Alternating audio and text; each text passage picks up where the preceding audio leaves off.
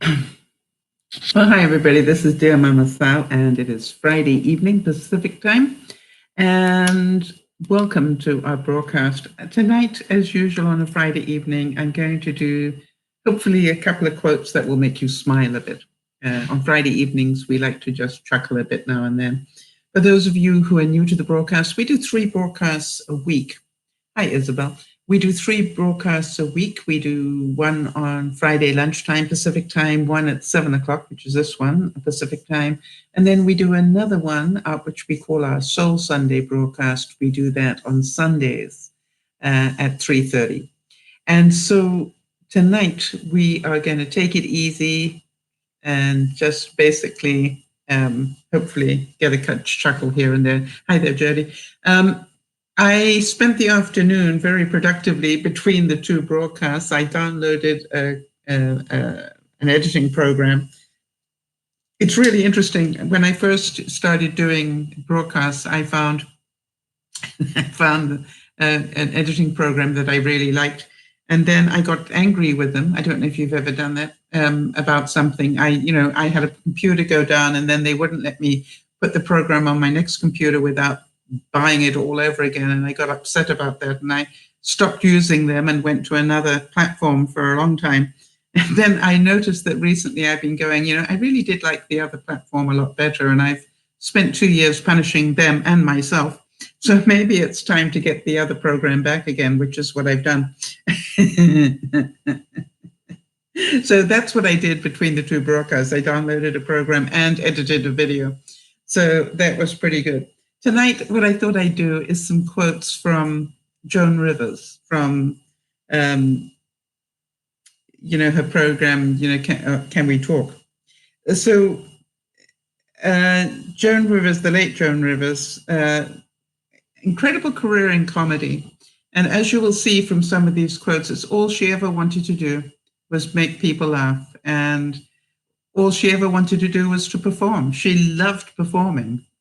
As she got older, she just did it in a different way. And she, did all sorts of things just to keep her in the spotlight. She loved being in front of the camera and being that performer. I thought a really nice comment that she said, that she made was that she said, I've learned to appreciate landmark moments, like the Emmy I won in 1990, one of the best moments of my career.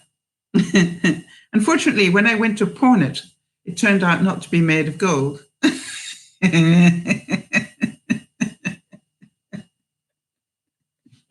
Now, is that just me that gets amused by that, or does anybody else find? Yeah, sort of thing that I would do as well, yeah. Except I probably wouldn't pawn it, I must admit. I thought that was cute. Now, here's another one of her wisdoms. She said, people say that money is not the key to happiness, but I always figured if you had enough money, you can have that key made. And I wonder how many of us are waiting for the first part of that. First I got to make the money.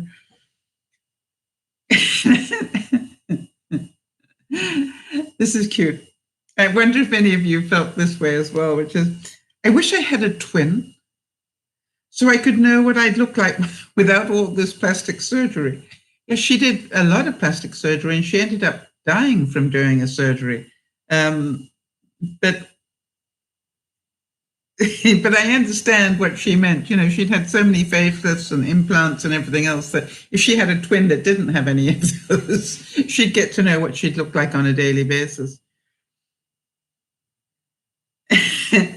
Now, I don't know if this one is true or not, but, I believe that quite a lot of comedy comes from the truth, so maybe it is. She said, the fun of working on the road, being on tour, means stealing from hotels. I've been doing it for so long. I have a set of towels from the Ark. Now, I wonder if any of you have ever stolen anything from a hotel. There's the question. I've traveled a great deal and stayed in a lot of hotels. Let me think. The only things I have ever taken from a hotel are the shampoo and conditioner and soap, but only if I have already opened. No, I lie. One hotel, I actually did take the unopened ones, now that I think about it. But I don't think I've ever taken anything else.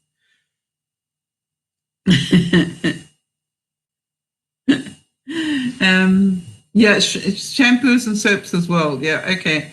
Let me know if I can mention your name there.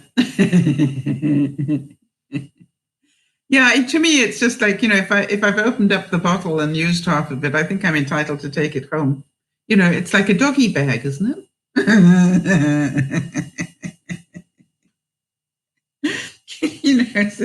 I only used half. I'd like the other half now. Hi there, Nana. So I think that makes me a human being, right? Now, here's another great quote from Joan Rivers. She said, "I don't exercise. If God had wanted me to bend over, he would have put diamonds on the floor." Hi, Vicky. Yeah, I was talking about that at lunchtime in case you miss it. I was saying that I'm trying to teach myself to get up from couches and chairs, now as I'm getting older, from couches and chairs without literally holding, pushing onto something to pull me up. And I was saying that, and I'm going to repeat it here in case you missed it, because I've got different people on today. What I found out was that a really good way for me to do it, and it works for me, and maybe it'll work for you, my tip of the day, is this motion that we used to do when we were learning to swim, the breaststroke. I literally do that. But what I do is I push myself forward with that motion, and it's enough momentum to get me up and standing. And I don't know what made me do it the first time, divine intervention or something. But I literally find that if I do that, I can get up without holding on. And that's got to be good for my core strength.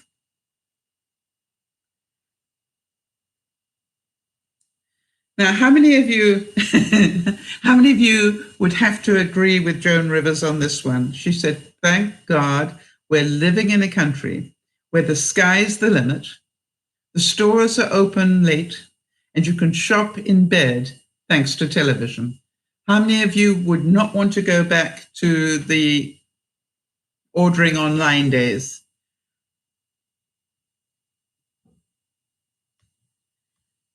I must admit that I am truly spoiled about getting my weekly groceries. I order them up on Saturday evening and I pick them up from the store. I literally drive up to the right place at my store on a Sunday. I don't get out of my car. I press a button and give them my name, and I drive to the right place, and they come out with the groceries, in any weather, and they load up my car very nicely, thank you. And I take my groceries home. It is a wonderful system.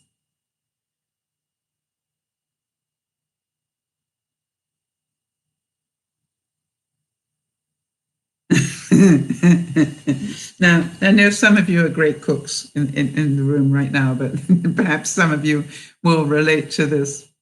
She said, "I am no cook. When I want lemon chicken, I spray it with Pledge." I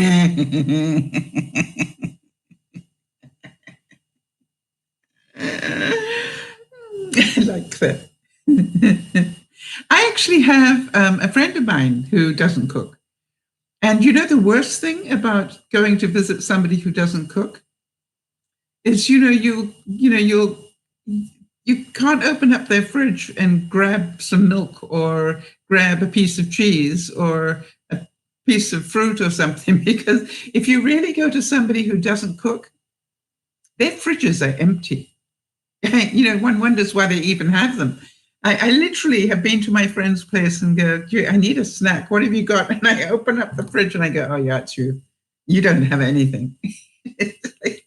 And I think she gets all her food on a diet plan, Jenny Craig or something. So everything's in the freezer. There's absolutely nothing in the fridge itself, unlike mine.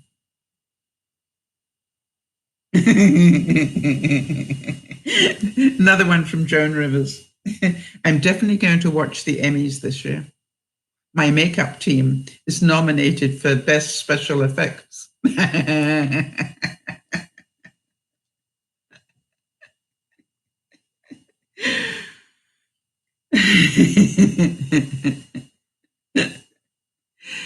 And she said, at my age, an affair of the heart is called a bypass.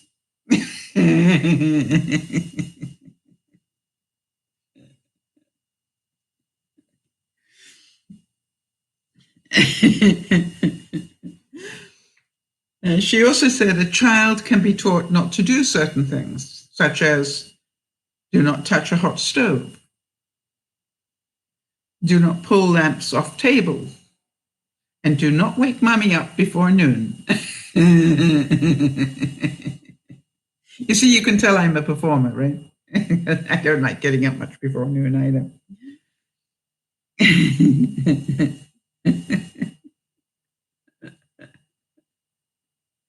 All right, now this one.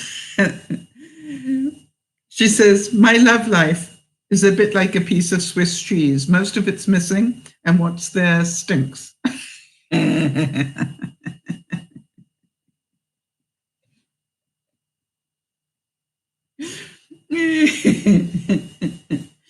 And she said, you're getting old when you buy sexy sheer nightgown and you don't know anybody who can see through it. Yeah.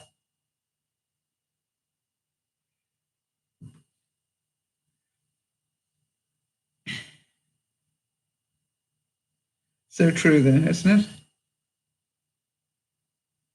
And she said, looking 50 is great. If you're 60. And I'm going, looking 50 is great if you're 70, right? I can handle it. And it's so funny when I think about it. I can't remember who I was talking to this week, but they were also commenting on my skin, and I said, "Yeah, but I use the most exclusive moisturizer in the world." And I started to tell them what I've done, and I said, "Go figure this one. I lived close to 20 years in Africa without sunscreen. My skin should look like leather right now. I do not have any other reason to tell you that I've got the skin that I have, except for what I use on it every day." And I said, and it works. I mean, when you think about it, seriously, I've got couple of bags here, but all the laughter, all those lines that I used to have here are gone. As soon as I lose the rest of the weight, this is going to be gone. I'm going to be gorgeous, okay? Imagine me without chins. Quite something.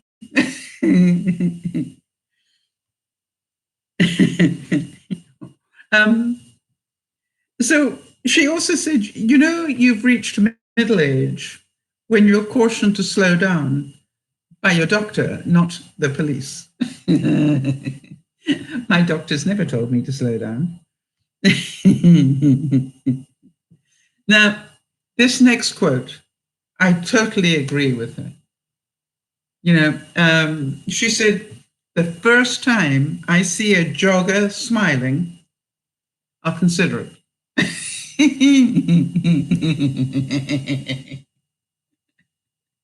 How many of you can relate to that? I'm just like, yeah, this does not look like a fun experience to me either.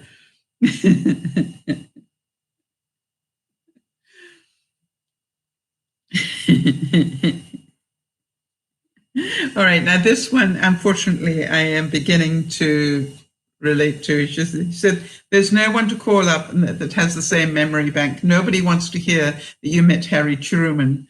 I met Harry Truman, she said. But you know what I mean? Nobody's interested. They want to know, did you meet Rihanna? Yeah, I totally relate to that.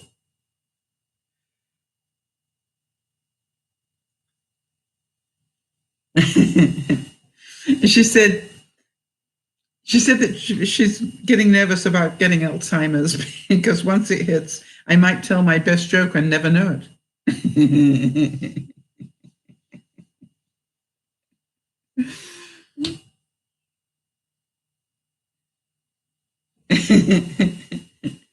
All right. And how many of you relate to this one? She said at her funeral, I want Meryl Streep crying in 5 different accents. Let me think, how many different accents Meryl Streep do? Mamma Mia, one accent. Meryl Streep did The Iron Lady, that's the British accent. Then she did, come on, let's think about this. The French Lieutenant's Woman, she did another accent. Not Schindler's List, Sophie's Choice, she did another accent. So that's 5 I can think of. Yep, 5 is what they said. Okay, I'm good. I'm happy I can think of 5. By the way, which was your favorite Meryl Streep movie?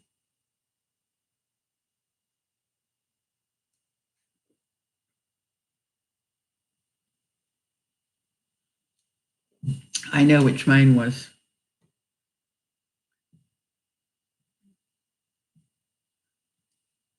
Anybody?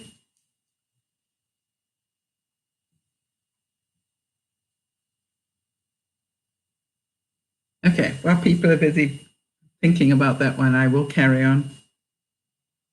She said, when it's a man's birthday, he takes the day off. Well, sometimes. When a woman has a birthday, she takes at least 3 days off. You've got to do it properly, right?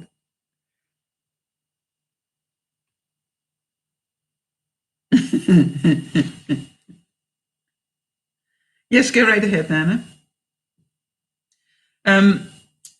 She also said, I hate housework. You make the beds and you do the dishes, and then 6 months later, you have to start all over again. I wish.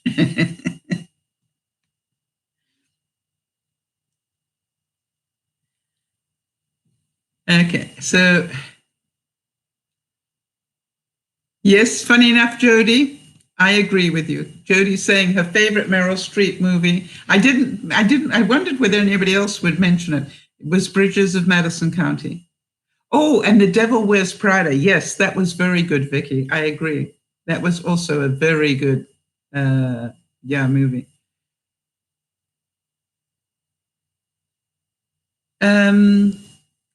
Why is that important, Nana, just so that I understand? Nana's asking, does everybody wash their hair every day? Or is it just you? I think it's a very personal thing. It depends on whether you've got oily hair or dry hair or whatever, I think. I certainly don't wash mine every day.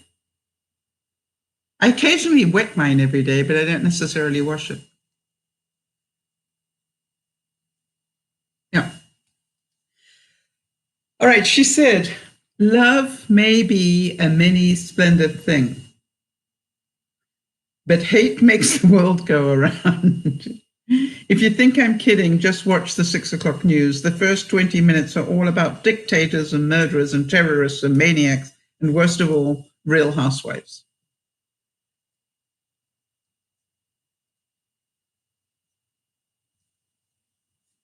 Yeah, I heard it wasn't good for your hair to wash it every day, Nana. I must admit, I was. All right, so Isabel's saying that she stopped doing it and puts in dry shampoo, otherwise called baby powder. Cornstarch baby powder works really well.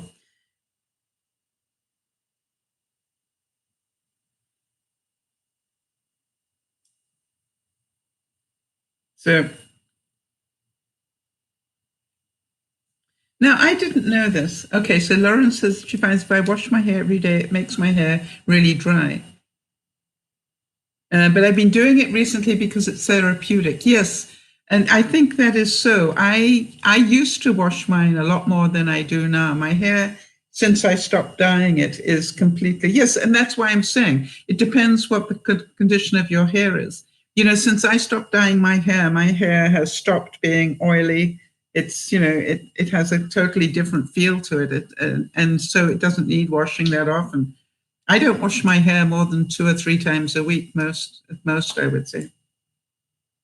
A study says owning a dog makes you 10 years younger. Oh, Nana, I saw a movie last night, Dog Days. There you go, on Netflix. Seeing as you suggested one to me about a horse. That's a really cute movie for those people who like dogs. It's not going to win any Oscars, but it did make me laugh and made me cry and made me happy. So it was worth watching. So a study shows owning a dog makes you 10 years younger. I didn't know that. She said, my first thought was to rescue 2 more, but I don't want to go through menopause again.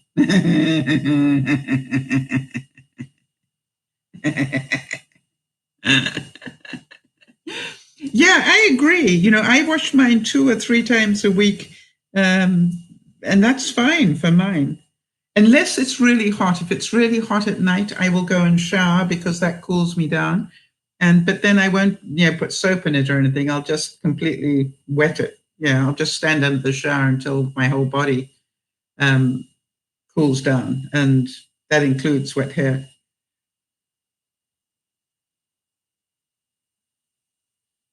All right, so she said, there are many self-help books by PhDs, but I hold a different degree, an IBTIA, the I've been through it all. This degree comes not on parchment, but on gauze, and it entitles me to tell you that there is a way to get through any misfortune. Which I thought it's about dogs.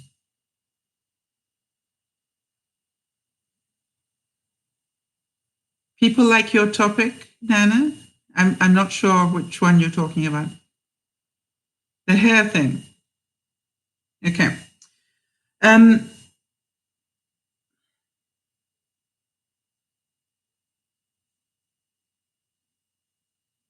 Yeah, that's great, Erin. I hope it does.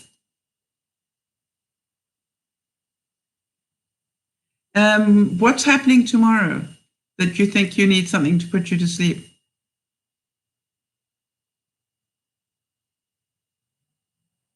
It's been a rough day. I'm sorry to hear that for you, Erin. Are you still stressing out about the biopsy?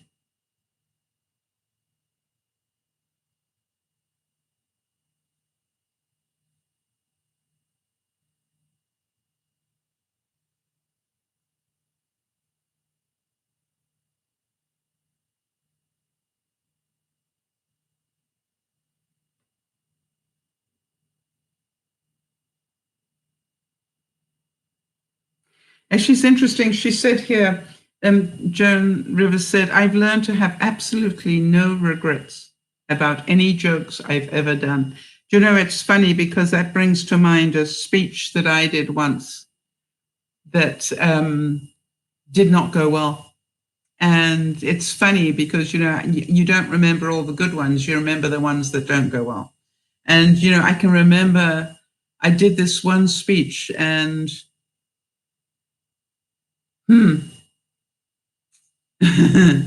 something went really, I was really in a different space, I guess, because I made a comment during the speech that I had given up smoking, which I had yet again. And I got sort of a huge ovation of people. And it was so strange because I looked at the audience and I said, isn't that interesting that you would give me such a big ovation for quitting smoking? And I said, why is that? And they said, oh, you must be a good person if you're doing that. And I said, but you haven't bothered to find out if I pull the wings off butterflies or stomp on ants or do anything else. Your whole decision about whether I'm a nice person is based on the fact I just gave up smoking. And, it was truthful, but they didn't like it at all. And I paid the price. But, yeah, those things happen.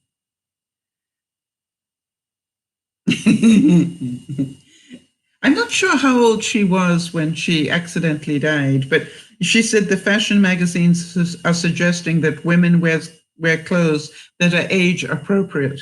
She said, for me, that would be a shroud.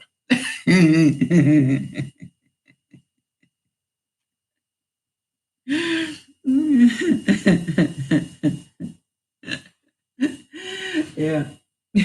She really did have a warped sense of humor, didn't she? And, you know, for those of you who've been through or are going through menopause, she said, I had a friend who's going through menopause and she came by for lunch today. Her hot flash was so bad it steam cleaned the carpet. All right, let me read what Erin's saying here.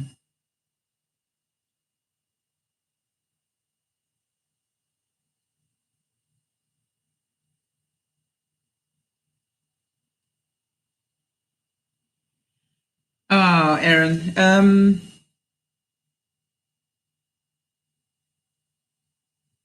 Can I repeat that, Erin, or would you rather I didn't?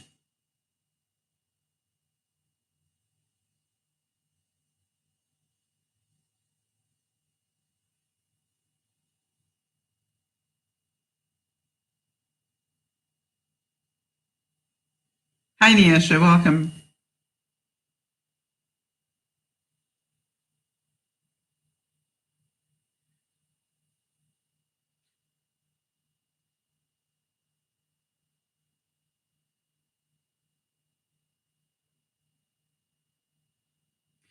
Um, she said that the funniest person in real life that she said, but rather boring on the page, is hands down Leo Tolstoy. She said, if I hear one more time, how many czars does it take to change a light bulb?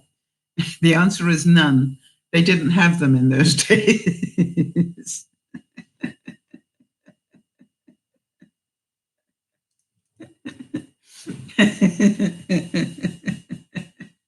I like that. Okay, Erin, I just want to know if I can repeat the comment when you get a chance, honey. I don't want to read that for the replay unless you want me to.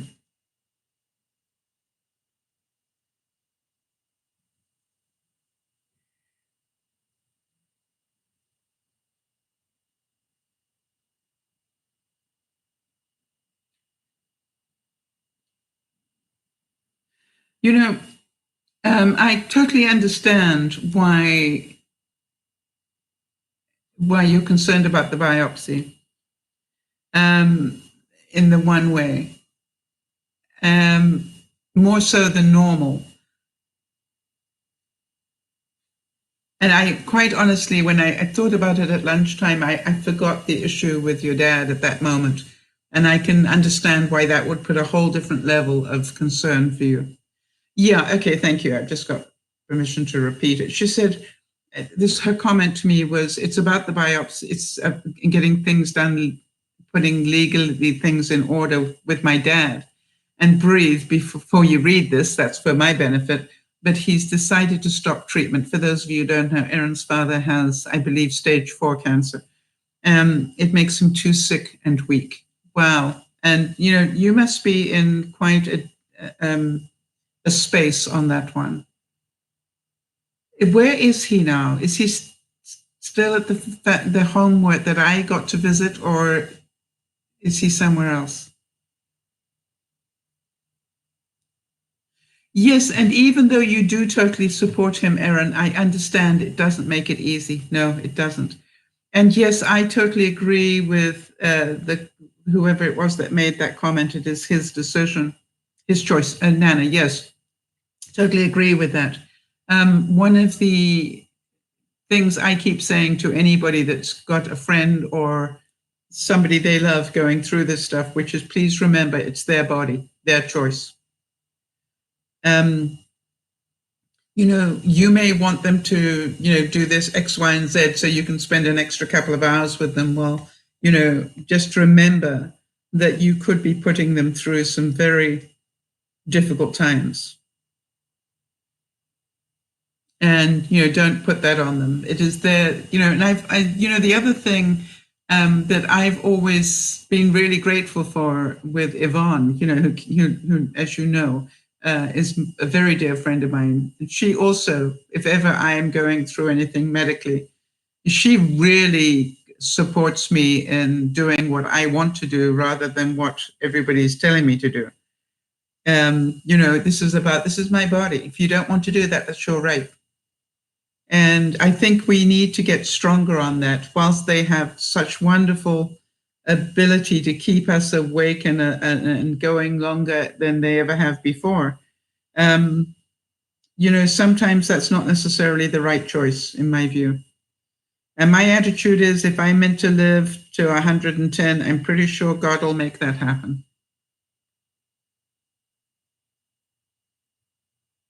Do you understand the difference? And I was just trying to see how old she was when she died. She died in 87. No, I lie. Sorry. She was born in 33. Gosh, I didn't know that. Hang on, I'm trying to see when she died.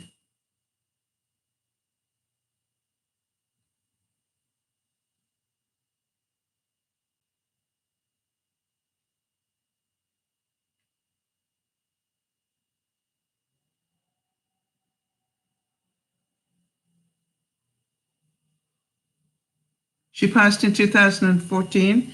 All right, so hang on a second. Let me just see a bit here.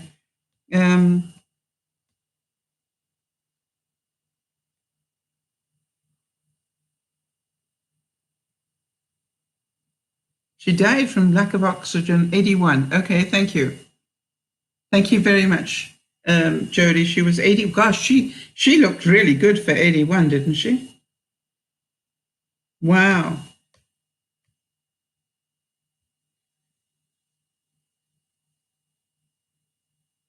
And she was having a problem with acid reflux. And they put a scope down her, and she ended up not getting enough oxygen to her brain.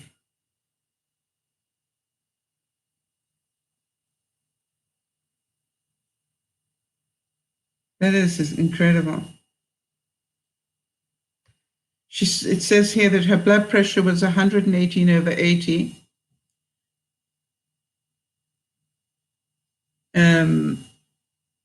And her pulse was 62. That's pretty low, isn't it?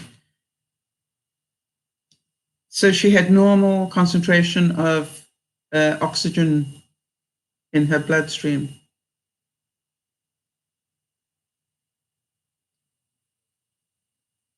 And then her pulse fell down to 117/60.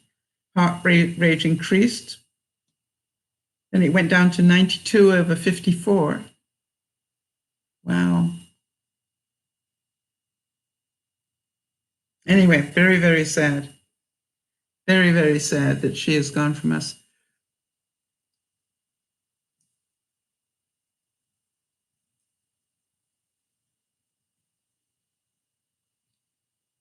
Yeah, Erin, I'm so glad that you've had that discussion with him. A lot of people are very scared to have those end-of-life type decisions.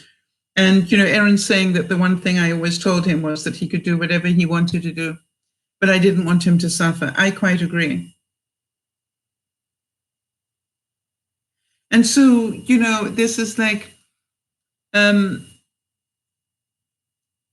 it is such a sad thing. And having met your daddy and having known his spirit and his joy for life, this must be really, really awkward. So, do I gather, is he still with the lady in his life that was in his life? Let's put it that way. Because I have a feeling somewhere that, yeah. The problem is, Nyasha, they don't live close, but I guess they could do that. Nyasha suggesting that they spend time reading the Bible together. I would actually, funny enough, I would also suggest you spend time laughing together. I think that would be great for him as well. And, I normally pass through the link for you as to where I find the jokes that I find on a Friday night. And if you can, Jody, just remind me after the broadcast and I'll send you the link. I meant to send it before I did that. So part of the reality is, how many of you believe that we don't laugh as much as we should anymore? We live such incredibly busy lives, and I just don't think we laugh as much as we used to.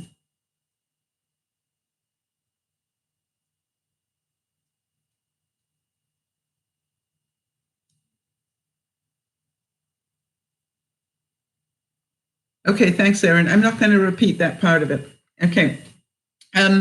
So, I would really encourage you all to find, I was thinking as well, in terms of the movies that you watch, make sure that you watch at least one kids movie every now and then, because I think it's good for the soul. I watched this movie about dogs last night just because I wanted to basically fall asleep watching a movie. I watch movies with my eyes closed. I don't know if any of you relate to that. But, it was such a cute movie. I ended up not closing my eyes and going to sleep at all. I ended up just watching the movie, which I thoroughly enjoyed. But it was not, as I said, it wasn't, an Oscar-winning type one. It was just a cute movie. And it was definitely a movie that children could happily watch.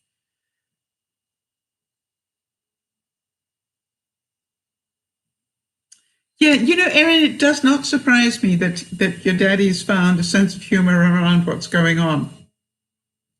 And, I think that anytime he does that, make sure I'm sure you do anyway, honey, but, make sure you give him 10 out of 10 for an incredible sense of humor, because, they say you need the sign of a good sense of humor is you can make fun of yourself. But, the sign, I think, of an extraordinary sense of humor, and feel free to tell him that I said so, the sign of an extraordinary sense of humor is when you can make fun of dying, and the process of being that ill. I think that takes an inordinate sense of humor, not just a regular one. I really think that is wonderful. Erin, I've quoted this a couple of times, but I've got this one friend whose mother was dying of cancer, and she was so matter of fact about it. It was incredible, and I will always remember hearing the words that she never said, "Why me?" She always said, "Why not me?" It was just like, why am I so special that I think I should get special treatment here in terms of longevity or whatever? So I totally applaud that. And, it's funny because I had this young person come to visit me, Erin, this week. And, I met him originally about 10 years ago when he was going through some trouble. And he came as a client. And I had met a number of members of his family through various, over the years. And, his father, who had a very, very successful life, also is sitting in the same condition that your daddy's in. And, I said to him, I'm so glad that you've come, he'd flown all the way home from Hong Kong. And I said, I'm so glad that you've come, to visit, even for a couple of days, because, who knows how many more days you're going to have to visit. And so I'm delighted to hear that. And then, what I did, because I think it's important, is I talked to him at some length as to what was going to happen when the father dropped out of the picture. And I say that because this is a very big family and it's Asian. And the father rules the family. And the mother does not have a lot of good coping skills at all. And so, my concern is that when the father passes, the mother will, go into a lot of anger and revenge and things like that, because she won't have coping skills to be able to handle the grief in a healthy way. Not that, anybody can handle it in a healthy way, but you understand what I'm saying. And I think that she will take her anger and her grief and use it as a weapon against people, which you've probably seen people do. And so, a lot of the time I spent with him was going over, which of the children would be able to be there for the mother. And, was the mother the sort of person that was able to get some counseling of any sort? And because, otherwise it was going to be very, very painful for the children. Other than their own grief, they were going to need to deal with mom. And so, I look at it and go, Erin, anything you can do to help yourself, right, is really important. I would think, are you journaling this journey?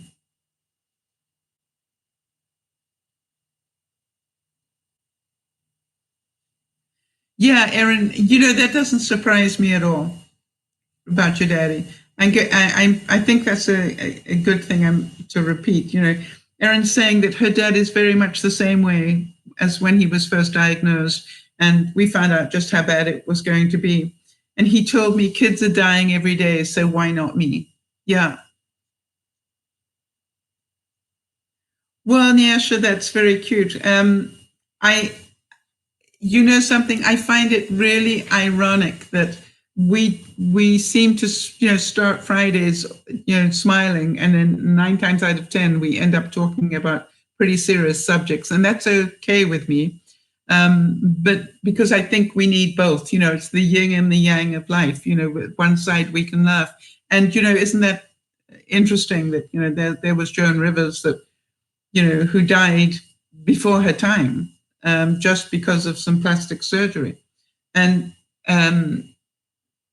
she was complaining that her voice was too hoarse or something. And you're going, gosh, if she had had the option, would you rather be alive with a hoarse voice? She probably would have said yes. So, we never know. And I think it's a reminder to all of us to remember to live for today. And also, wherever you can, make people smile today. And, I sent the on on to Jody and Lauren because we were discussing something this week. And one of the things that I read was, how important it is to do art. And hang on, let me find that quote because it was a good quote. Just bear with me 1 second. I'm just going to scroll back and find it. There we go. It says, join a painting class or visit a pottery studio and craft your own masterpiece. A study in the Journal of Neurology found that women who create art stimulate brain cells, making them 79% less likely to develop degenerative brain diseases such as dementia. So, Nana, you're doing the right things. And so, and I would say this for anybody, right? Which is, I've always encouraged you to keep your creative juices flowing, be that needlepoint, be it art, be it whatever. Even learn a new hobby, something that uses your right brain, not just your left brain. And I think it's really, really important. I find, for example, that being a YouTuber, I think in a way has helped me a great deal keep a lot of my cognitive side, as well as my creative side. So, it uses both. But what happens is, all the editing and everything else is a lot of problem solving. There's a lot of coordination required. There's a lot of fine motor skills of editing and stuff like that. And then, there's the whole thing about, every time I need to find a picture that I think will best describe, I know Jody always remarks on the thumbnails and how much she likes the thumbnails I do. But, that to me is an important part of the process, that every week I look for the right thumbnails for the subjects that I want to talk about. And sometimes that's a challenge. And normally, if it's a real challenge, I'll go, this must be the wrong subject because I can't find the right photo, and I'll change the subject. So to me, I think being creative is really, really important. We can learn a lot and use, the left side of our brain, but it's so important to use the right side. Yeah. I think, Erin, I would really recommend it. I almost would suggest, Erin, hang on a second. Don't know if I've got two facing pages. I'd almost recommend that on the one side, you just write, okay? And then on this side, you go back and look at what you've written and see where there's anger and see where there's frustration and see, so you sort of get to work through it. The other thing is keep track of your dreams. Your dreams are going to help you sort this out as well. And it's a really important thing. How many of you do actually write down your dreams when you can remember them? Because it really is a very helpful tool. If you're going through overwhelm or whatever, you'll be surprised how much your dreams will tell you.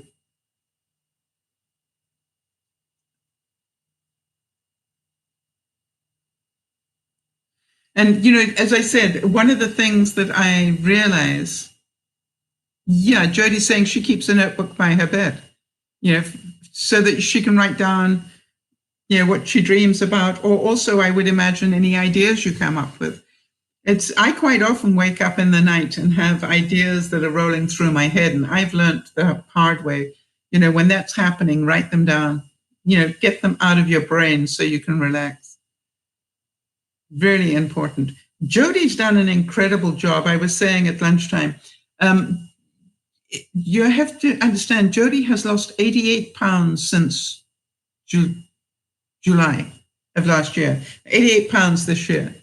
That is pretty impressive to anybody. And you've got another 120 that you want to go, I believe, Jody. That's, you're going to be, going through keyholes by the time you finish. But, I also know that you have done a great deal to create that. Hang on, let me see what Nyasha's saying. Nyasha's saying she doesn't journal her dreams, but she's always amazed when she remembers them so vividly. Yes, normally it's your subconscious mind sorting things out, and it'll tell you things if you just need to know how to interpret them. Write to me anytime. All right, Erin Smith saying, I haven't been writing a lot recently. Just caught up in all this stuff. Maybe I should start again. Maybe you should start again. It used to be my creative outlet in coloring. Yes. I think, Erin, that you might want to consider taking 1 hour a day just for you. And in that hour, do some coloring, or do some journaling. And you just go, just to get your mind turned off for 1 hour from worrying yourself sick. Because I don't think that any, from what I know, your daddy Mark is not going to want you to do that. All right. If he could stop you worrying, he would.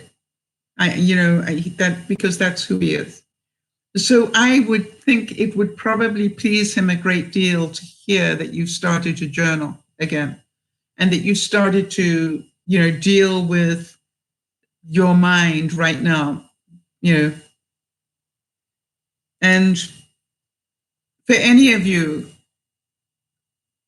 when you journal, are you angry or are you frustrated or are you coming from a place of love? You will know where your mind is at by the way in which you journal. Very important. Funny enough, I didn't find the quote when I was just reading these, but I know that Joan Rivers did say one quote that I remember reading of hers, that she said, she used to go to a therapist about once a year. And the reason she said she didn't feel she needed it more than that was she got to talk every day. You know what I mean? She got to stand on stage and talk to audiences every day. And she said she thinks that helped her deal with so much of her stuff because she'd take what was going on and turn it into humor. Yeah, Erin, absolutely. Erin's saying that she's been having a lot of nightmares and not a lot of good dreams. All right, so Erin, are you analyzing the nightmares? Because once they make sense to you, they won't seem as bad. You'll realize that it's just your mind sorting things out. And the strange thing is that that you can dream things and you think you understand what they're about, and they're not about that at all. All right, they're about something completely different. It took me a long time. I was forever dreaming that I was driving around and I got lost. I can remember a period of my life where I kept getting lost and trapped and all sorts of weird things. And when I look back on it now, it makes total sense as to why that was happening in my dreams. All right, so Niesha's saying there's a dream in particular that I can't seem to figure out. I'd normally look that up online, but it has so many events, it's all mixed up. Yes, just write down the ones you can remember, because the ones you can remember are the ones that'll be important for you. And there are different interpretations. There isn't just one interpretation. So there are different ones that you can use. But it's good that you're doing that, Nyasha. I'm pleased. Because it will help you understand what's going on a lot better.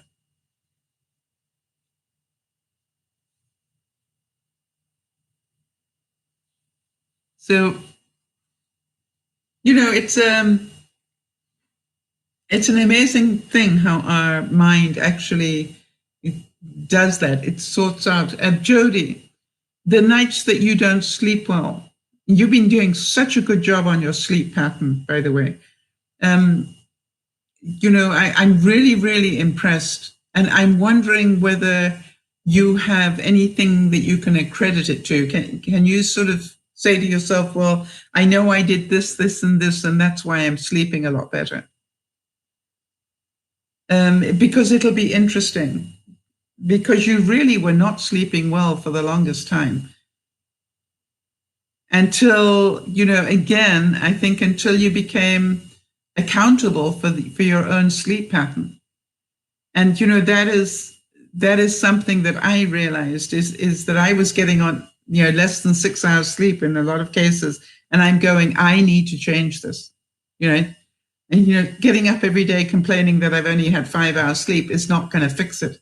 I need to change what I am doing so I sleep more.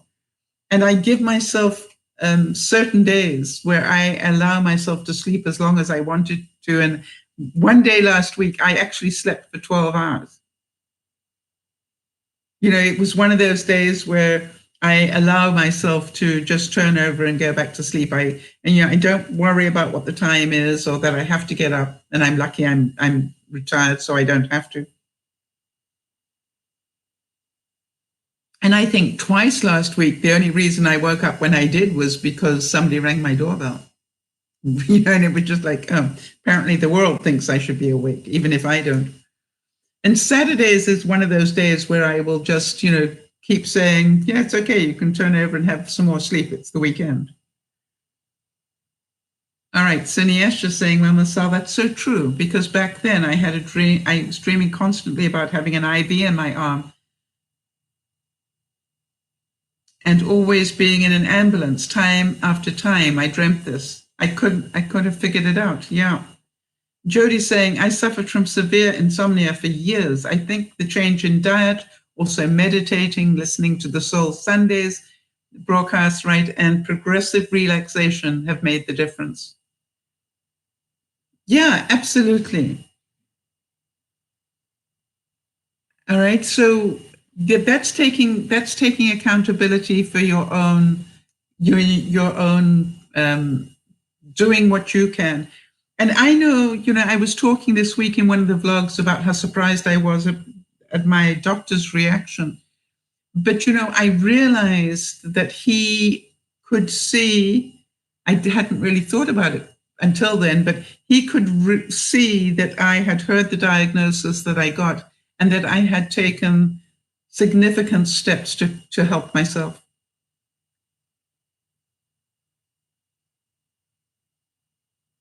All right, so yes, Erin, most of her nightmares are about someone controlling her physically. And you're afraid of being controlled by someone because you're yes, you're very independent mentally because that was what you did. You could not be necessarily as independent as you would like physically, so you made sure that you protected your mind. And I think that's really important. I'm pretty sure, Erin, I'm going to be a bear when I get older. You know what I mean? Because I've already had it happen where people treat me like a white-haired person, if you know what I mean. They treat me like I'm stupid. And I go, excuse me, just because my hair is white does not mean I have lost my brain function, as far as I know. So please stop treating me like a 3-year-old.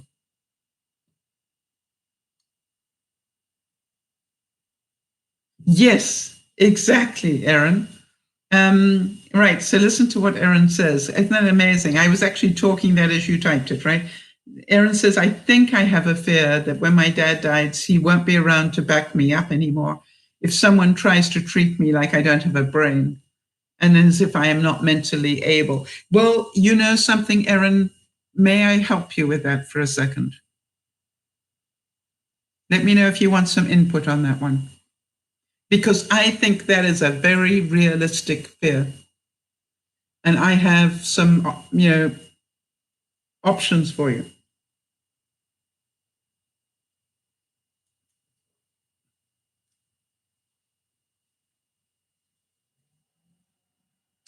Do you know that I worried about that so much, Erin, earlier on, that I actually have appointed 2 different people already to be my executors.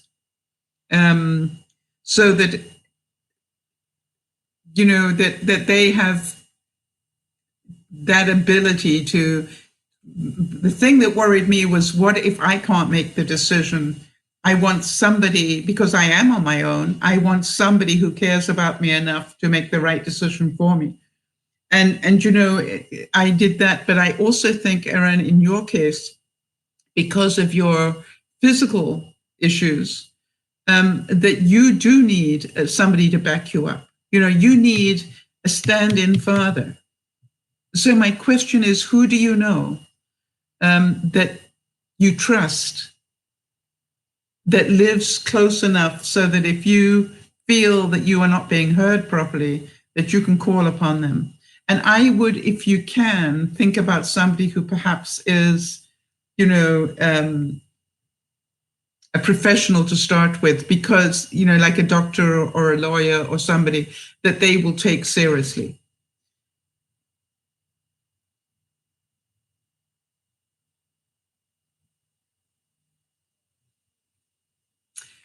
Interesting. So Niesha's saying that she kept having the nightmares until back in 2016. She found out she needed surgery to have fibroids removed. I had the same problem, Niesha. I can relate to that. And found out that they can also be fatal. Yes, most things in life can be pretty fatal if we don't look after them. And after she had the fibroids out, her dreams stopped. Isn't that interesting? Yes, you see, your dreams were trying to help you there. Well done. Yeah, sure. So keep, I'm a great believer. If I'm overwhelmed and start dreaming a lot, I start keeping notes, but I make sure I analyze them properly. If I dream about somebody dying, that's not what it's about. It can be the death of a dream. It can be a death of a idea, an ideal. It doesn't necessarily have to do about the death of a person. And I think people get tied up in that one. You know, and if I dream about my mother, that's, you know, it scared you so much.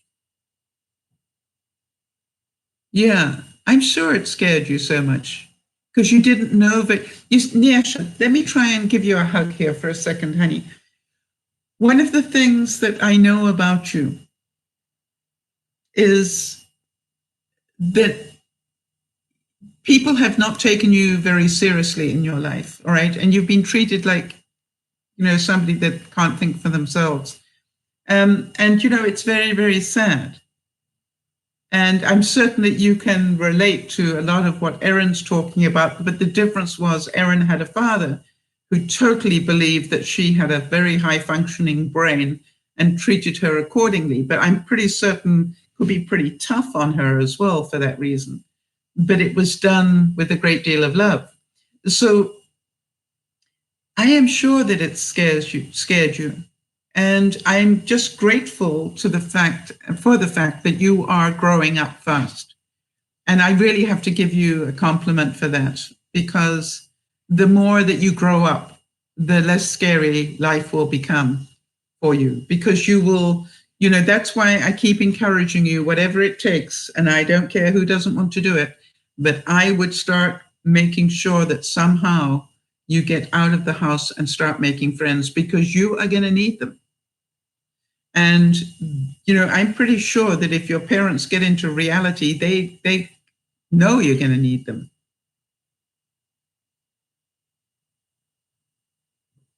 You know, because they won't be there. And so, you know, for you, you need to start making friends and doing things. Yes. So, Erin, do you understand what I was saying? If you can, I don't know enough about your, you know, who you know in your life, but you do. Erin, I'm thinking, find yourself, if you've got a friend who maybe is studying law, you know, not necessarily a lawyer yet, or maybe, you know, somebody, for example, somebody like myself, Erin, if you can imagine, you know, somebody who's got a pair, if you know what I mean, Erin, you know, that if you are being mistreated, that they can come in and act as your advocate. And I am pretty sure, Erin, that there are people in your life that probably could do that for you. Not that you can't do it for yourself, but you need that backbone person, right? You need that person that backs you up. You can say it, but you're scared that they won't listen to you properly because of your physical situation. And so what you want is this person that your daddy has been. You need a new daddy, right? And you need to start training one right now, quite honestly. And it doesn't have to be a male, all right? Maybe, you know, you need a new mommy, you know, but what I'm talking about is somebody who's not going to be scared to stand up to people, somebody who's not going to be scared to do what's right for you. Because there are times when you're not going to be able to do it for yourself. And, you know, that was something I did for myself, Erin, because I knew if something happened to me, I don't have family that's going to come rushing to help me either, honey. All right. And so what I did is I started a long time ago, I started to put the people in place that I knew genuinely cared about me and would make the right decisions about and for me. And as I said, two of them I gave, two different people have power of attorney. They could sell my house from underneath me tomorrow if they wanted to. They have the power to do that. You know, it's just like, but I know they won't. But you understand, it's like, I thought that through a long time ago. And I wanted to make sure that the people I trust and the people I knew loved me for who I am and understood what sort of end of life decisions I would make. All right, so Erin's saying, I do have someone, it would be someone I met here, and we've grown very close. She has a higher level job here. Ah, okay, but is she still in the neighborhood? so to speak. I just need to change my seating position here. Does she still live close by?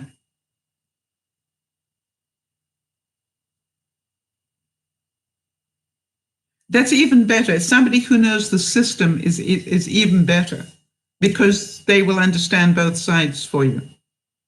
Excellent, Erin. So, but I would say somebody who can physically look people in the eyes is not a bad thing. I actually, I was, funny enough, I was talking about this week as well, Erin, with the person that came from Hong Kong. And, I was saying that there was one client that I had some years ago, and something happened. They were an Asian family, and I was helping one of their children, and the one child had been accepted into university, Erin. And what happened was, about a month before university started, the university wrote and said no, they were no longer going to accept him into the university. And because they were in a foreign country and they didn't know how the systems worked and everything else, they called me and said, what do we do? And I said, okay, leave this with me for a little while. And I want to know, did you get that information in writing? Did they send you an email or a letter? And they said yes. And I said, good, send me a copy of that. And I took that, and, with my background, as you can probably imagine, Erin, I wrote an email back to the university that I actually wrote it, but have them send it from their computer. Basically saying, I would like you to just know that you told us in writing that my son was accepted into university. And since then, we've spent all this money doing X, Y, and Z, and getting him an apartment and getting furniture for the apartment and doing A, B, and C. And now, a month before university starts, you're telling me that he isn't accepted. Therefore, we deserve compensation. Anyway, but it was very interesting. The truth was the letter must have worked quite well, because the son got re-accepted into the university. All right, so Nyasha is saying,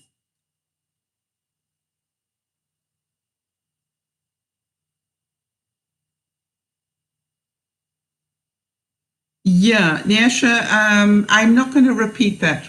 But for everybody that's here, I am certain that they're horrified. But, there's part of me that understands where they're coming from. And I think the last part of that sentence, their reason for why they want that, I understand, because they're terrified of what will happen to you without them around. Well, with all due respect, I think that is part of what they need to be doing, is teaching you the skills that you need and helping you be independent.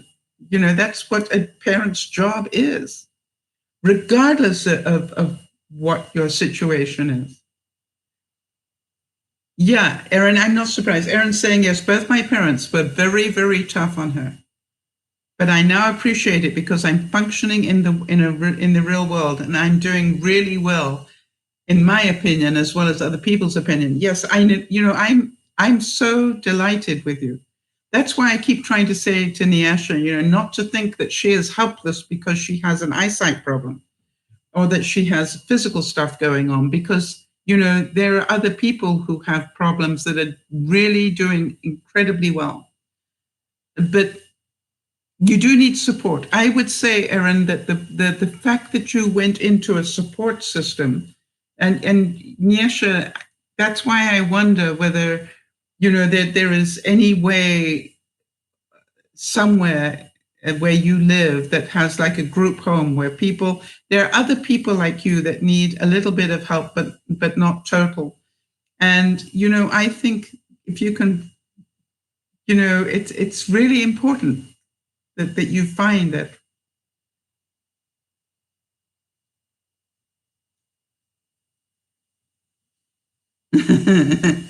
I'm proud of you, Nyasha. You're doing a great job, honey. But let me ask you something. Can you pay your own bills yet? Can you earn enough money to pay your bills? Can you, think about all the things. Remember you said to me, what does it take to be an adult? And part of that is, keep working towards being self-sufficient and adult. Adult is that you actually can survive on your own without concern. Do your parents own the house in which you live? Just as, and I'm asking that because, I'm just trying to find out whether they have any,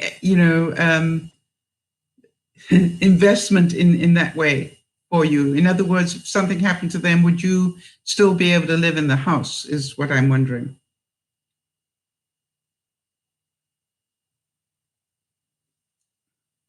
I am so glad that you're finding ways to put the boundary down so that it doesn't hurt you as much and that you don't get depressed the same way. All credit goes to you, not to me. And because I just talk here, Nyasha, and the work that you are doing is helping you do that.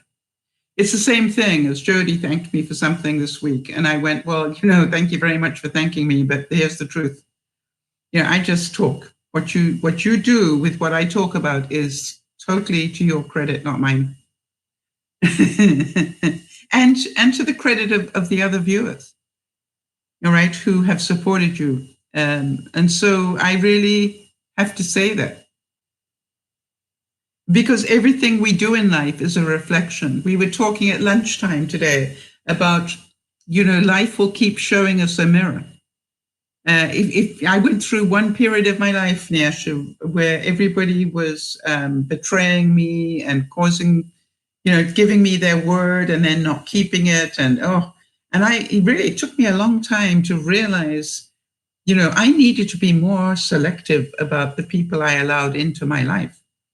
I was letting the wrong people in all over the place and for all the wrong reasons. They looked good or they sounded good or whatever. I didn't really find out if they were good people. Good for me people.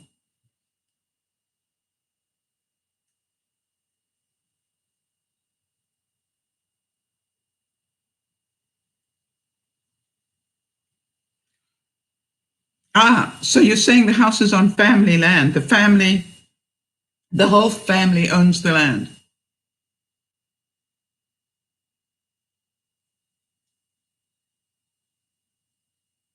Okay, so there are other members of the family on the land. How many other family members live on the land?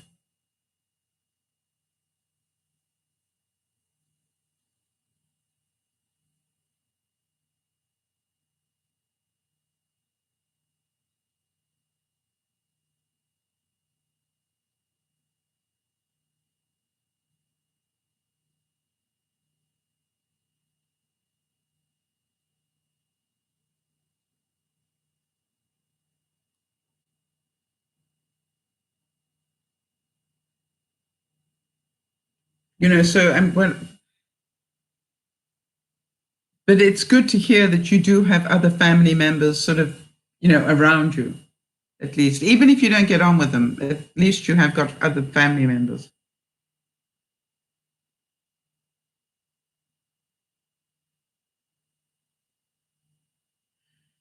And I think in our own way, everybody that is probably on the broadcast has their own version of your fear. The same as Erin has her version of this fear. I'm pretty sure that Jody has her version of what would she do without Lionel, for example, or Nana, what happens if Rick isn't around, and so it is really incumbent on us all to make those hard decisions about what you can do about looking after that. And I've made sure that everybody that knows me knows what I want, in my life. If I suddenly had a stroke or something tomorrow and, couldn't speak or whatever, I assure you that everybody just about that knows me well and that loves me knows what I want done, who they need to call, who I expect would be there to help and who I expect won't be there to help. You know what I mean? They're two different groups of people. But who's going to help you here?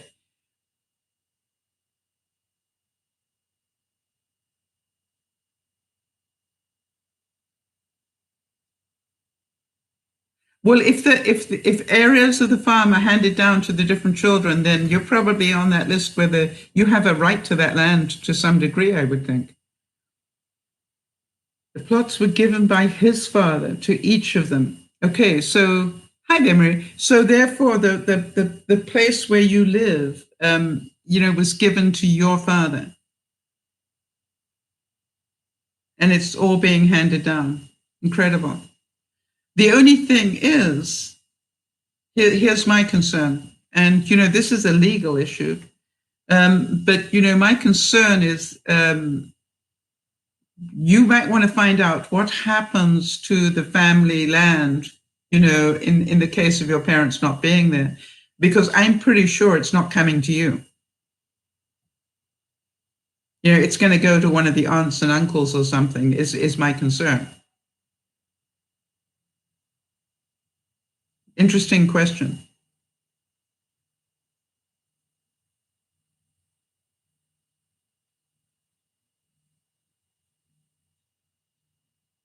But how kind of the grandfather to make that accommodation.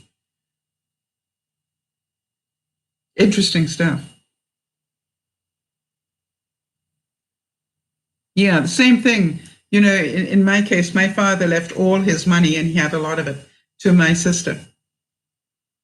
It was just unspeakable, not to his son. And it was really interesting because I remember when he was dying, and I didn't actually see my father from the age of 4 through to 40. I mean, I didn't meet him again until I was in my 40s. But when he was dying, I actually was with him, and I said, if I could grant you one wish in your lifetime, what would you wish for? And I remember him saying to me, I would like to talk to my son. And I said, I need to tell you that your son does not want to talk to you. You do know that? And he said, yes, I know that. I said, however, having said that, I will now do everything in my human power to get that wish of yours granted. And I managed to phone my brother and say to him, our father, whether you like it or not, he is your father, our father is dying. And you have, a chance to grant his wish, which is to speak to you before he dies. You have an opportunity to do that. And I don't care how much hatred and how badly you feel about what he did to our mother. The truth is, this is a human being who's dying, and I need you to think about this. And I'm not going to ask you to make the decision while you're on the phone, because I was long distance from Canada to South Africa. I said, but I'm going to ask you to please call me back within the hour, because it's that important and that urgent. And if you say that you do want to talk to him, I will arrange for that to happen. It will literally take me about half an hour to get that set up for you. But please don't think about it too long, because this could be your one opportunity, and it might be your only one. But it's your choice. And what surprised me was he did phone me back and say, organize it. And I said, okay, I will.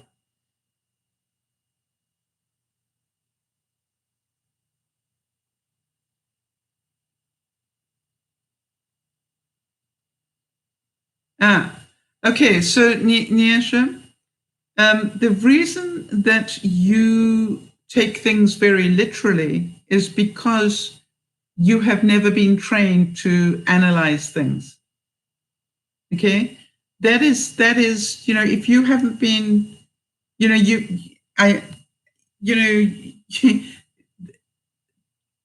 sorting things out is part of growing up. And I don't think you've been allowed to do that. I don't think you've been allowed to make your own mistakes that would teach you how to analyze things a bit better. I don't, I think that you have been overprotected for a lifetime. And also, it told you were stupid in some ways for a lifetime. So I think this is a process now. And, it may well be that it's, we can also say it's actually none of our business what your father does with his share of the land. All right. Although, there's part of me that goes, it actually is his decision and what he decides to do with it. It's his land. All right. He can give it to the, local dog shelter if he wants to. Right. He does. We're not forced to hand things down to our children or our siblings or whatever. And so it may not seem fair, but it is factual. I'm just trying to find out, is there any support system for you that is, that is there in case anything does happen? And if there isn't, then you're going to need to think about, okay, fine, how do I do this? How do I get another family I can live with? So you're smarter than people have given you credit for, in my view. So, just keep thinking the right way and you will find the answers. Erin, find that person. Erin, I didn't see the answer, but if you're still there, if that person of whom you spoke, the one that was pretty high up in the system, if that person lives locally enough that they can literally walk in and talk to somebody eyeball to eyeball, I'd feel a lot more comfortable. And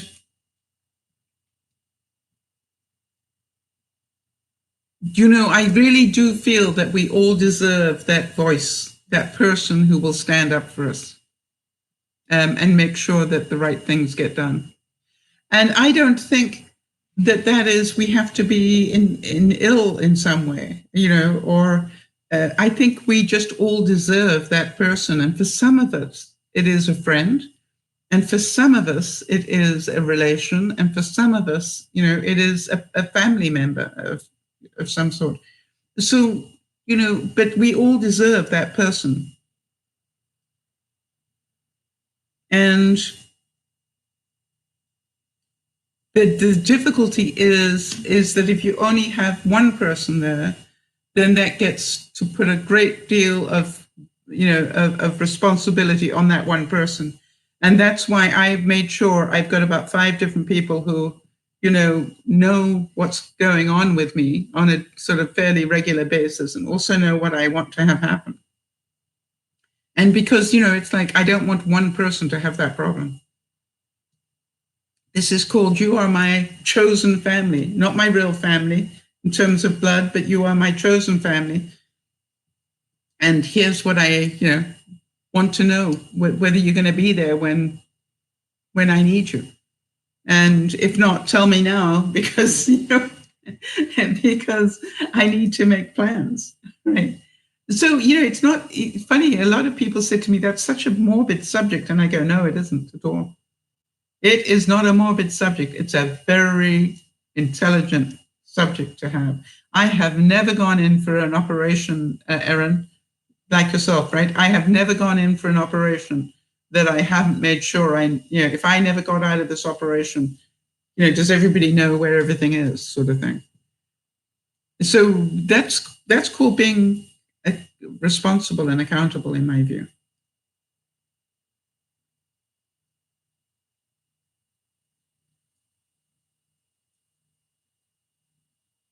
Huh. Even your mum doesn't know where she will live. Wow. So that means that she doesn't think she will be allowed to live in the house. Miasha?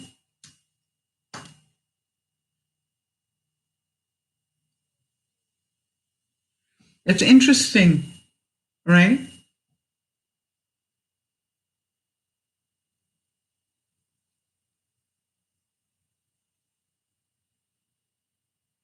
Yes, so she fears that if anything happens to him, that the family will drive her out, but not you. Interesting. Wonder why that is.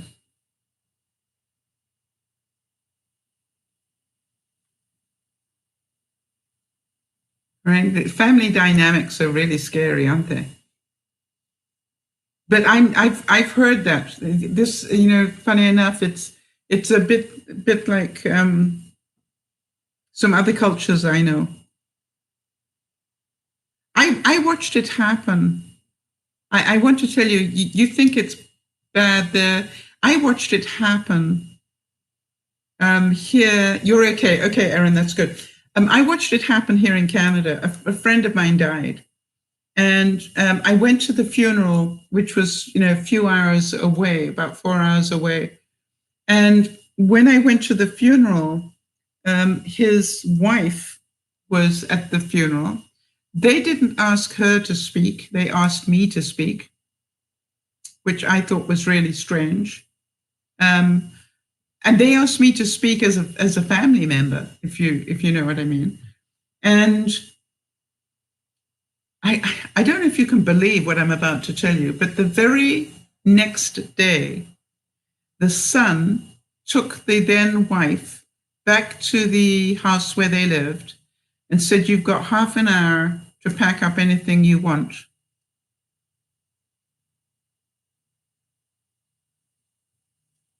"And I'm taking you to your sister."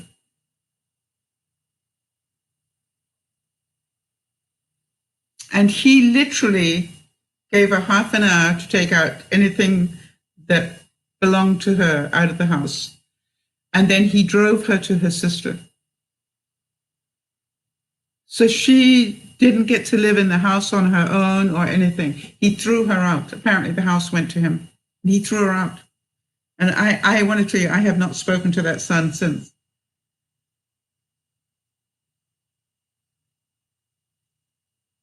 Nyesha, I think you're quite right not to get into it too much. Let the adults, when I say the adults, let that generation sort it out for themselves. There's got to be some reason for that you don't necessarily need to know about.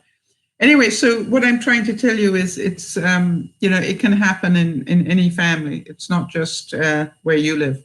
I couldn't believe it. I just sat there in horror. And I said to him, "Young man," and he's was in his 40s. And I said, "Young man, are you telling me you're taking your father's wife and you're going to throw her out of her home?"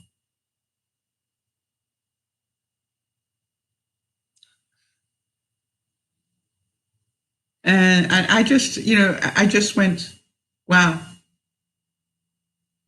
Yeah. And while she was mourning, it wasn't even that he'd given her 6 months to get over the shock of the death or anything. It just literally the next day, it was just like, wow, this is not a mindset I understand. This is not a mindset I even want to understand. This is cruel and unusual. I don't care if you didn't like her, right? You at least give her time to get her feet back on the ground again. Maybe you say, right, you've got a year to get your life back in order, but after that, the house is going to be sold from underneath you. So make sure you make the plans to be gone by then. But whatever it is, but give them time to make those plans. And what about the sister? The sister didn't know about it either, that she was suddenly going to have her sister on her doorstep. It was horrific. Yeah, I quite honestly, I want to tell you, I drove home and said that is unbelievably cruel, Jody. You're right. That's what I thought. I drove home in tears for her because I just could not imagine. She wasn't, and the other thing was she wasn't what I call mentally strong to start with, and you can imagine, I just looked at him and I said to him, "You don't need me to tell you what I think about what decision you have just made. And I don't know if your father would approve of it, God bless his soul, but I know for sure your mother wouldn't. And so you are going to have to live with this because the person he married was his wife's best friend. He married her. And I said, your mother is rolling over in her grave somewhere. Actually, I know where because I was there. But, I said, you got to know this. This does not go unnoticed in the world. And karma will come back at you, young man. But, that's up to you. I cannot tell you how to live your life. I can tell you, I think it sucks. And I did.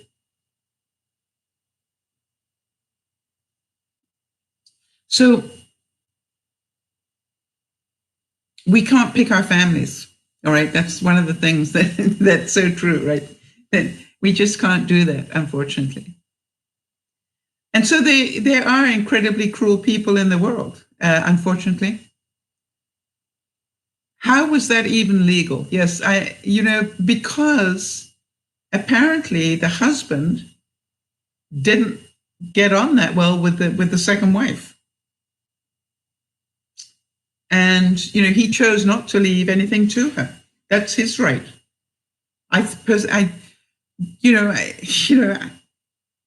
This is like father, like son. And I guess, he and the father lived with the son for at least a few months before he died. As soon as he knew that he was terminal, he went and lived with his son. And, so obviously they talked this through. And I presume he was doing what the father agreed to.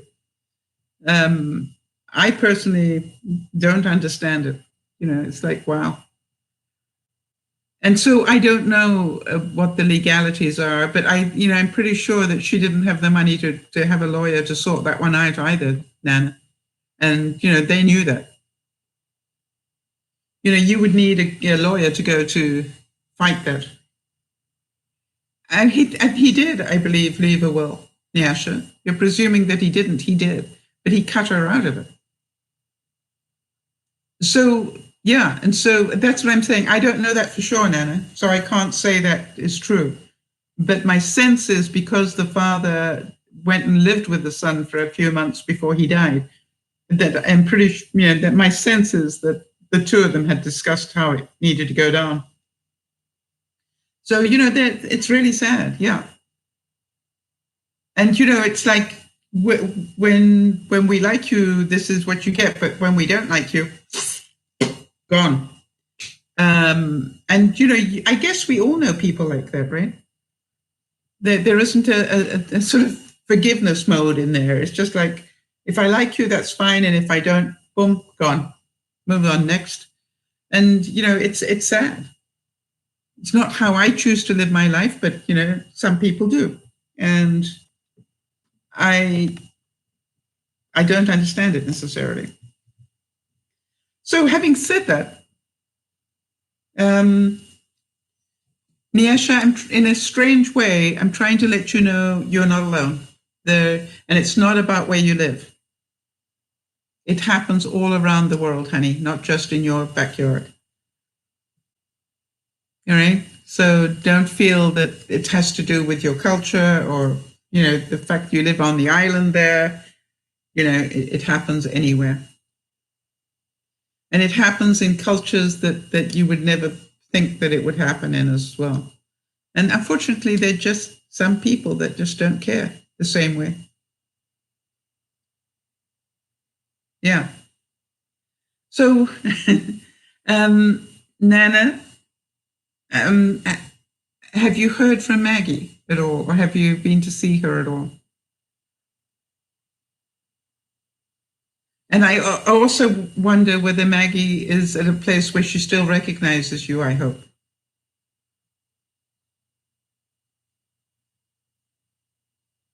Or maybe she hasn't even moved yet. I don't know.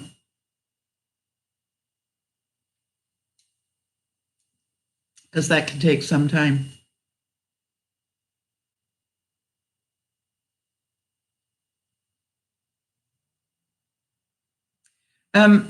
The blog that I'm going to be putting down next is the one about Jodi's story.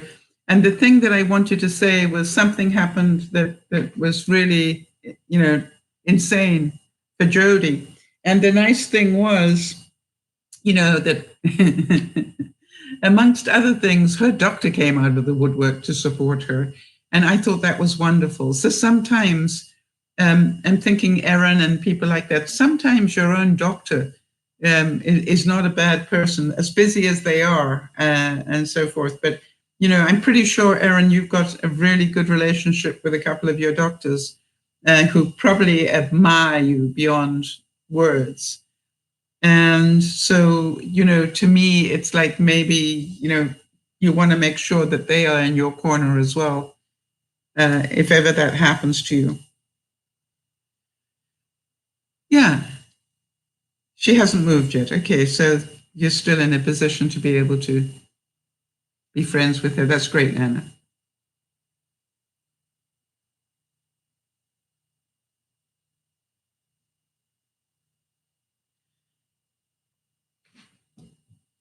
Well, Nyasha, yeah, if they allow you to live in there, you can choose who lives with you, I would think.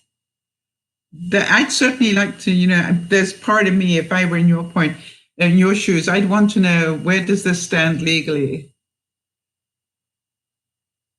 All right. Where does this stand legally? If are you now at the mercy of your family that kindly are going to let you live in the house? But there must be a cultural thing that if your mother fears that she's going to get thrown out, that's a really important one. Part of me wants to come visit and just go, excuse me, we need to sit down and just make sure everybody knows what's going on here. Because, to me, it's like you deserve to know, and your mother deserves to know. So, Nana, you don't have a doctor now because he retired, right? So, are you busy asking your friends who they recommend? That's why, Nana, it's quite funny. That's why when I went looking for a doctor 30 years ago, I actually found one that had just qualified. I made sure, and I keep saying to him, you are not allowed to retire until I've passed. I've spent 30 years training you. Don't get any bright ideas about retiring.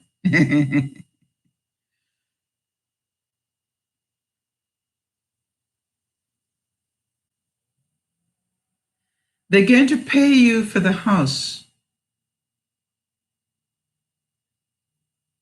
Well, if your daddy bought it, I would refuse to move. All right?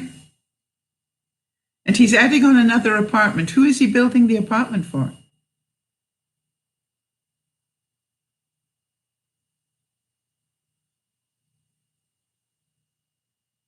And it's wonderful that your daddy built the house. Yeah. Yes, no doctors are taking new patients, but you know something, Nana? We also know that there are new doctors coming into the business every week. So, the way that you might be able to do it is some of the emergency clinics allow you to have a regular doctor there. And then when those people have built up a big enough practice, they go and start their own. So that might be the way to do it. And I know Yvonne did that. That she found a doctor through the emergency clinic type situation. Nana, you know what I'm talking about because you're in Canada as well. And she found one that, actually gave patients proper appointments. And he took walk-ins other than that, but they actually, you were allowed to make appointments. And not in your town. You don't have any emergency clinics in your town. I do not believe you. I mean, I have to believe you if you tell me that's true, but I'm very surprised. I've never heard of such a thing.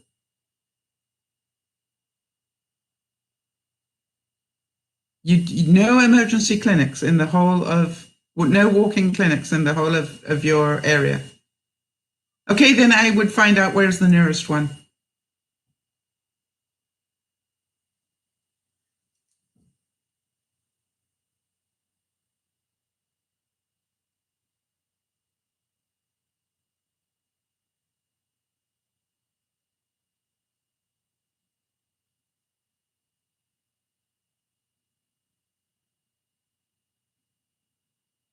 The other thing that I would do is I would start walking into doctors and saying, "Hey, I'm pretty certain that I understand you're not taking any new patients at the moment, but when one of your patients dies, where do you pick up the next one? Because I'd like to be on the list." Yes, I know they're not taking new patients. That I understand, Nana. There isn't a doctor in my area that's taking new patients. And that's what I was saying to you, that's what Yvonne ran into as well. But what she did is she started to go to the walk-in clinics. And the walk-in clinics, she found one that allowed you to make appointments. So she had a really, a relationship building with the particular doctors. Well, there are doctors at walk-in clinics, Nana. They're taking new patients all the time. There's a reason why it's called a walk-in clinic.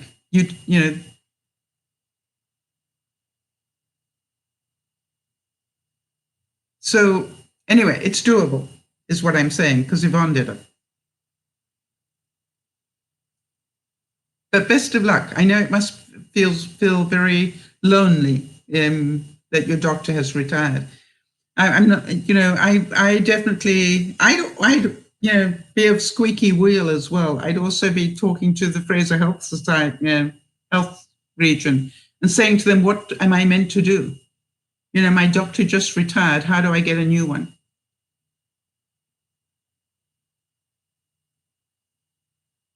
So, that's, because that is that's, you have a right to find a doctor. And I would actually talk to them. And if you can't talk to anybody, I'd get your friends to talk to their doctors and saying, what would you recommend? Okay, so Erin's saying the doctor who put my...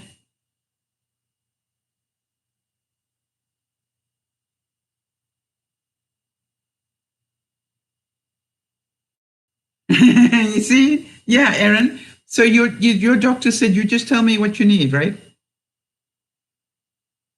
And you said it's not your specialty, and I bet you he said, I don't care. I had that happen to me once, Erin, where I had a specialist that I really trusted.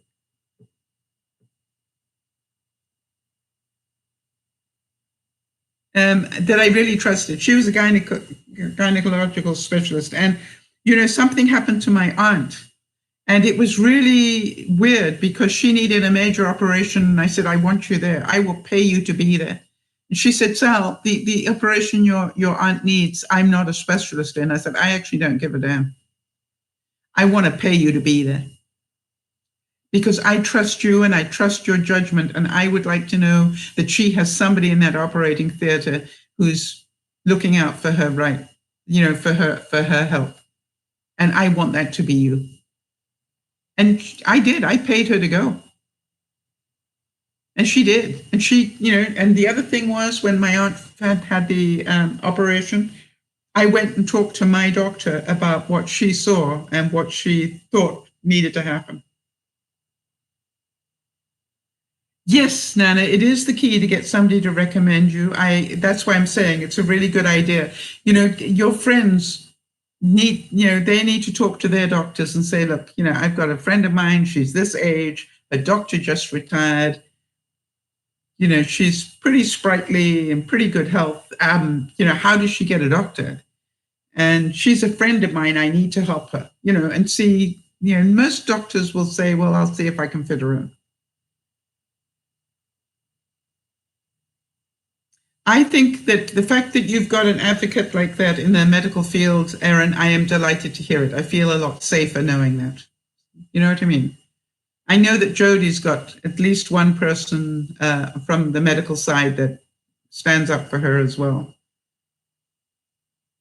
So, this is, and the reason is, Erin, as you said, all right, he is so impressed with how you cope with everything.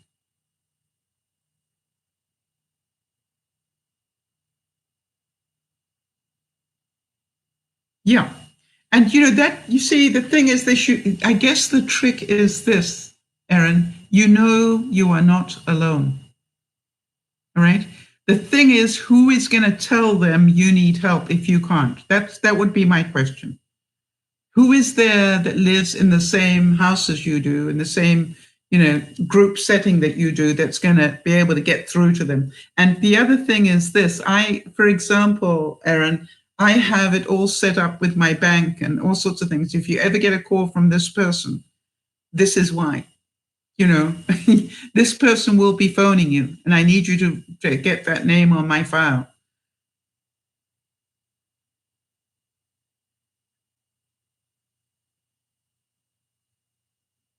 Oh, he's building a bit for his retirement. Yeah, sure, that makes sense. Okay, to rent out.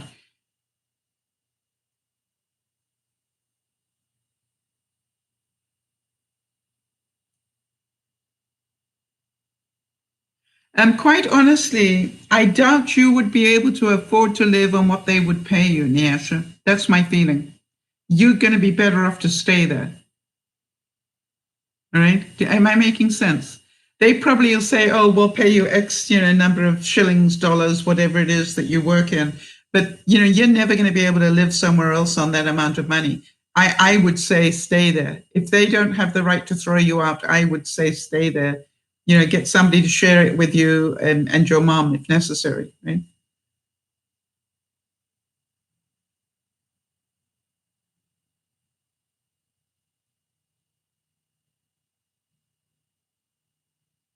Yes. Okay. See, that's the whole thing, Isabel, right? That you had the same thing, all right? You were on a waiting list for over a year until a doctor stood up and took pity on you and went to fight for you.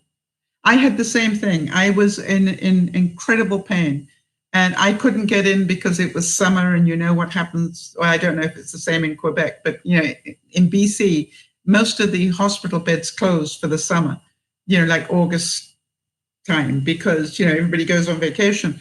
Well, guess what? I needed an urgent operation, but it was considered to be cosmetic, and not cosmetic, elective. I think that's the word, elective. In other words, it wasn't critical in their view. But I ended up on horrible drugs just to keep me out of pain. And I said, this is insane. I'm pretty sure the drugs are doing me more damage than anything. I want a bed, and I want this operation done.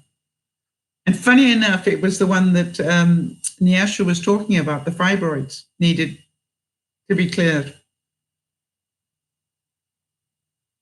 Yeah, so you see, I think this is a good lesson for all of us. All right. And the lesson is, make sure you've got people who are going to stand up and fight for you if you can't fight for yourself. You see, I think it's really clever that Nyasha's daddy is building a second apartment, if you like, onto his house so that he can rent it out. That's his retirement income. Clever. All right. Very clever. And so, this is called looking after his future and the future of his family. I think that's very wise. But my attitude is this, if anything happens to daddy, I think that income should be coming to you, Nyasha.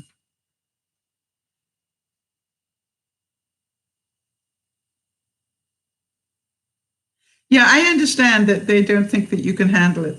All right. I understand that.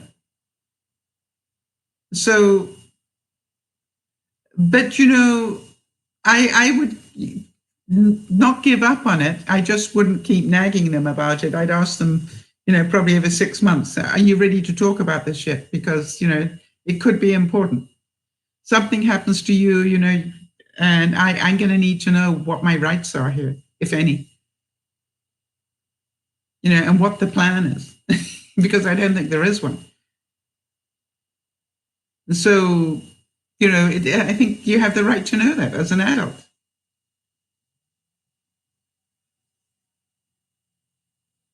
And something? It's really strange, Nyasha. If they know you're going to keep asking until they tell you, they will eventually tell you.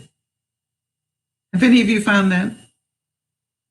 I keep saying to people, I know that you don't want to answer that right now, but you do know I'm going to keep asking you, don't you? And they go, yeah, I might as well tell you now. And I go, thank you. Well, wow, that's been quite a broadcast, hasn't it?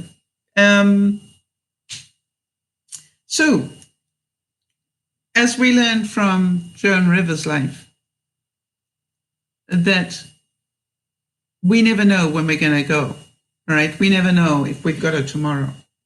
And so therefore, please make sure that you enjoy today. Nana, you never know when you're going to need a doctor. So, do everything you can to get one set up. And I'm sure you're doing that. And I would use any way that I could to find that doctor. And I literally, I would be having long conversations with Fraser Health to ask them, how am I meant to do this?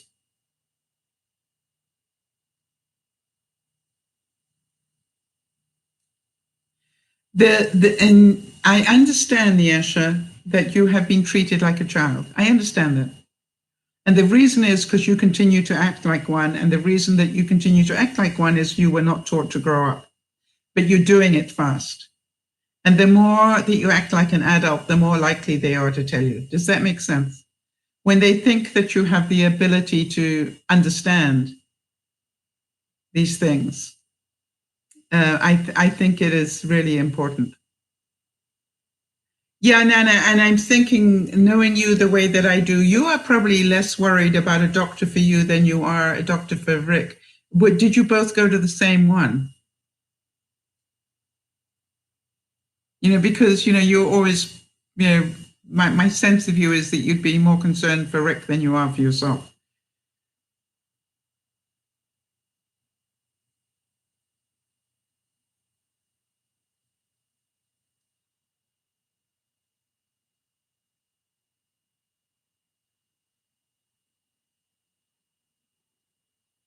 So, Jody, perhaps you could make a note about Nana and the doctor so we can keep checking whether she's managed to find one or not.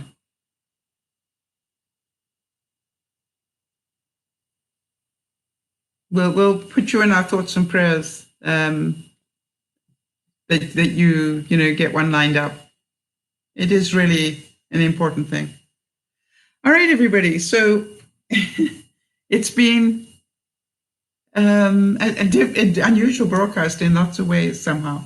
But I thank you all for being here and supporting one another. I'm hoping that you all, got some smiles out of the Joan Rivers quotes. I'm hoping that you all got some understanding of Erin's situation and what she's going through. I hope that Nana's situation also taught you all a lesson, because to my mind, as does Niasha's, because in my mind, each of these things, Isabel as well, that each of these stories that we hear is actually, a wake-up call for all of us to check in. Am I sitting in Nana's position? Is my, doctor lined up? What if he retired tomorrow? What am I going to do? Ask yourself those questions, right? When you think about, all these little bits, they're all mirrors for us to look at. Good night, Nana. These are all mirrors for us to look at and to think about, how does this apply to me? And if we can see life that way, it's really interesting how we will be given the answers as well. And so I thank you all for supporting one another the way that you do, because I know for a fact that you help teach everybody every week.